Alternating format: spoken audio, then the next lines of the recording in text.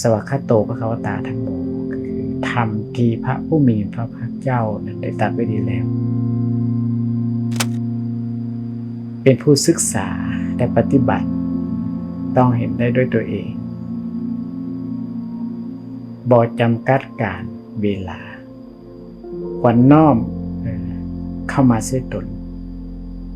บิญญูสนก็สิฮู้ได้เฉพาะตนส่วนใดที่บ่เป็นประโยชน์นั้นพระผู้มีพระภาคเจ้าเนี่ยมันตัดทิ่มเสียหมดแล้วมันจะว่าทำพระผู้มีพระภาคเจ้าคนแต่ไว้ล้วนเต็มตรงจริงเหมาะแก่การเวลา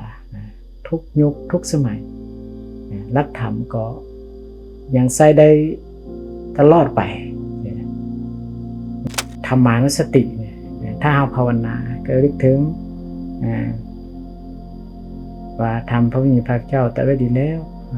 เป็นผู้ศึกษาปฏิบัติต้องเห็นได้ด้วยตัวเองบ่จำกัดการเวลาควรเอื่นผู้มาเบิ่งควรน้อมเข้ามาใส่ตน